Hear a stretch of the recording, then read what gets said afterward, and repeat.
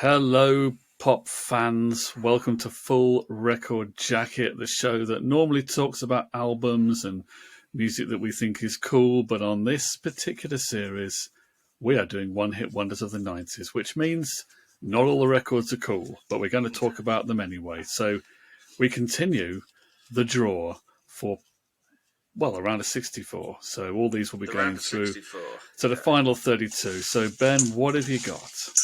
We have got, Phil, in the pot this one. And it is 90s classic! Yeah, I don't believe it, but... Ice Baby. Oh, my goodness. By Vanilla Ice. Okay. Oh, the only thing this could possibly come up against is something awful. And it is something truly, truly awful, Phil. It's Mambo number 5, Lou Bega. Lou Bega. Well, this is Mambo number 5. Okay, yeah, I think I've got it. I think I've got an opinion. Amazingly. Share with the class, young Phil. Share with the class. Well, I was exercising to these tunes, and Mambo number 5 came on, and Awful. It started bopping, and it had a beat that got me moving around. But then I thought, well, this is pretty dreadful, and I remember it from the time. I remember it being pretty dreadful. So there's not a lot to salvage it, really. There isn't.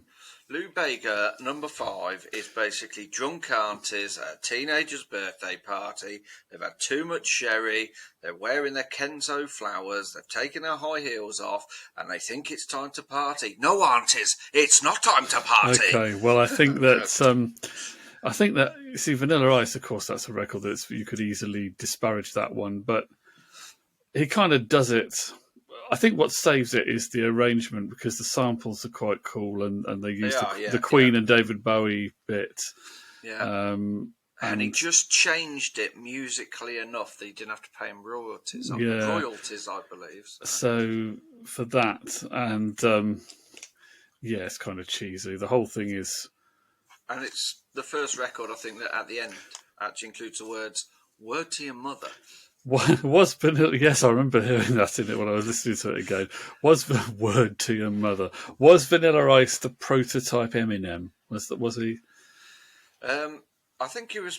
He wasn't so much the prototype Eminem, just more the bargain basement Eminem. He wasn't really the first white rap star, because obviously the Beastie Boys came long before that. Yeah. But I think he was clearly a kind of a marketing dream, wasn't he? Because that was the time when they were really trying to push hip hop even further. And wasn't he? Didn't he have a name like Herbert Van Winkle or something? That's right. I think his name. Vanilla, once again.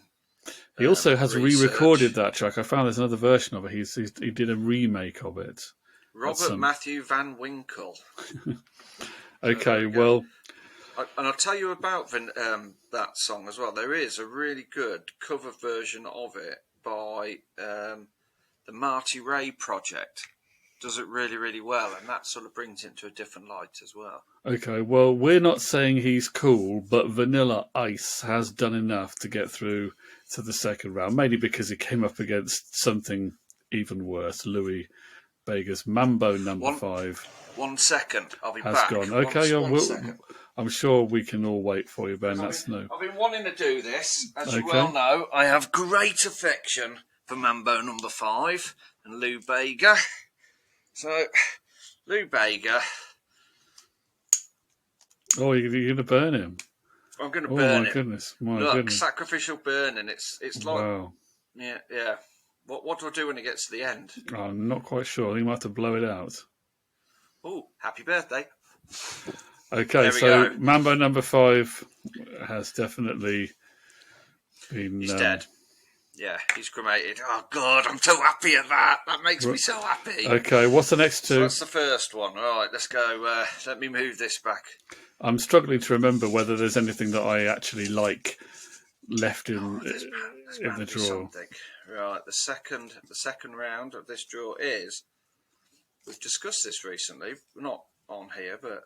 Tub Thumping, Chumbawamba. Oh, Lou Bega's he's still there. I can still read him. Go away, Lou Bega, you Ashfield cold sore. And he is versus Chumbawamba. I do apologise, Lou Baker. You're probably a really nice guy. It is up against Brimful of Asher, the corner shop, by corner shop, not the corner shop, but the Norman Cook remix. Okay, so two big ones there from the late 90s. I think Chumbawamba, that was late 90s as well, wasn't it? 97? 98. Well, I know that they threw a bucket of water over John Prescott, and that was when he was in the government, wasn't he, at that time? So that must have been after 97. So was it 98? Wasn't it? They were at the Brit Awards. I think it must have been the Brits 98. I think it must have been, or even maybe 99. But Tub Thumping came out in. I thought it was 97. It was 1997. I think they were at the Brit Awards in 98. Possibly. That's why you got. So it smells of Blue Baker. So a song that became a terrorist anthem. I get knocked down, but I get up again. Yeah. Etc. Danny Boy ended up in there as well. I'm not sure. Yeah. Quite a bizarre record in many ways, but they are so Tub Thumping, and then it's Brimful of Asher. Norman Cook remix. Yeah. Now the original version by Corner Shop. I don't know exactly when Corner Shop first released that, but it's a lot slower, isn't it? The original. Yeah, it's a lot slower. Yeah. It's very. Yeah, the two are quite worlds apart in there. But I do have the album when I was born for the 7th time, I think it is. Yeah. But I really like Brimful of Asher. But I really do like Chumbawamba. Well, I didn't buy the Chumbawamba one at the time. I did buy Brimful of Asher. I have the CD single of Brimful of Asher. And I think it also features the original. I was quite surprised, actually. I didn't realise that Norman Cook had speeded it up so much to make his sort of pop mix. But I think I do prefer his version. It's got more, certainly got more pop appeal, hasn't it? And isn't the Asher, isn't that about a Bollywood movie star? Film actress, I think. Actress or actor, yeah. So mine's on the RPM. What's your preference? See, they're both different in their approach, aren't they? Like Tub Thumping, I heard it for the first time in a long time in the car yesterday, and it did make me feel kind of, let's have it. But I do like Brimful of Asher, but I do like that, let's have it, of Tub Thumping. You see, I'm having to go for Brimful of Asher for me. I prefer it. This is hard. I would go for Brimful of Asher, probably 70-30 for me. You know, it's probably maybe even more, maybe even 80-20. I'm quite strongly for Brimful of Asher. I'm probably mine's probably more, 49-51. And we know all that problems have caused in the past. Yeah. Towards Brimful of Asher. So it does sound as though Corner Shop are going through. They are. Tub Thumping has taken a thumping. Does this mean if Chumbawamba would go out, does that mean somebody now throws a bucket of water over you? No. I've given them your address, so. Oh, okay. Yeah, so. Say's having a shower. Right, the third one of this round. Are we ready? It's quite a long piece of paper. It is.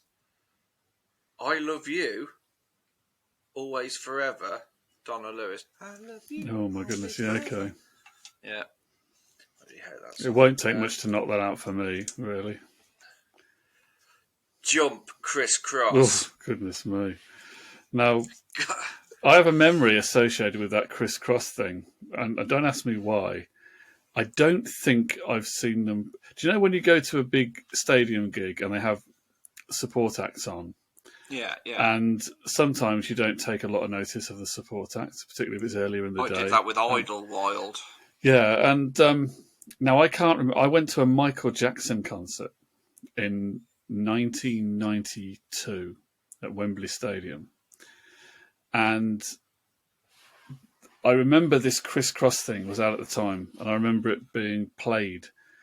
but I have almost half a memory that maybe they performed, but I've a feeling perhaps they don't think they did. I think it was just being played, and kids were jumping around to it because it was the current thing for kids to jump around to, and that's my memory of it. Didn't they also have very baggy jeans?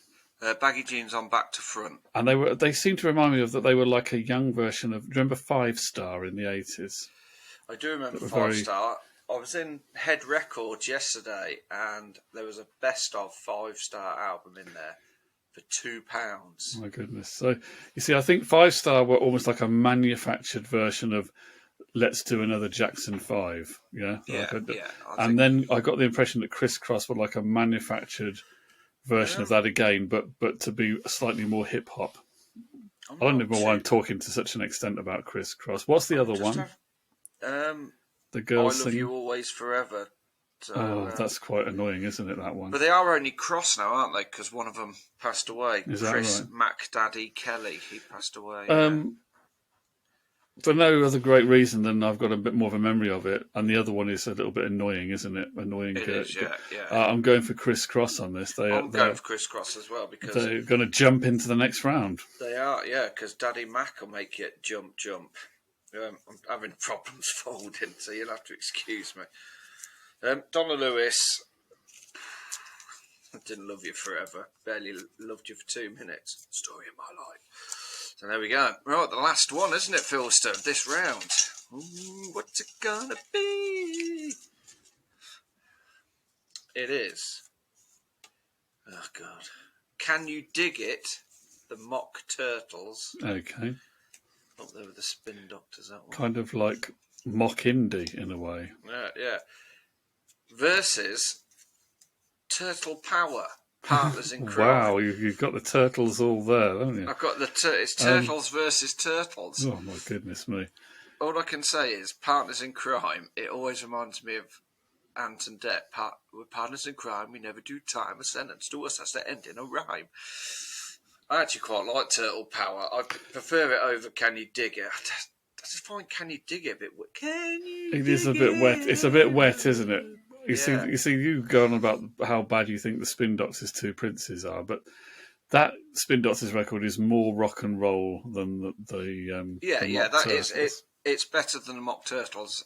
That's the best praise I can give the Spin Doctors. I can't believe I'm going to be voting to put the Teenage Mutant Ninja Turtles into the next round because you did actually listen to it as well. Yeah, just to get rid of the Mock Turtles. Sorry if anyone likes the Mock Turtles song. I mean, I know it's just it's a guitar band. It's a breezy little song. It's if you enjoy it, that's fine.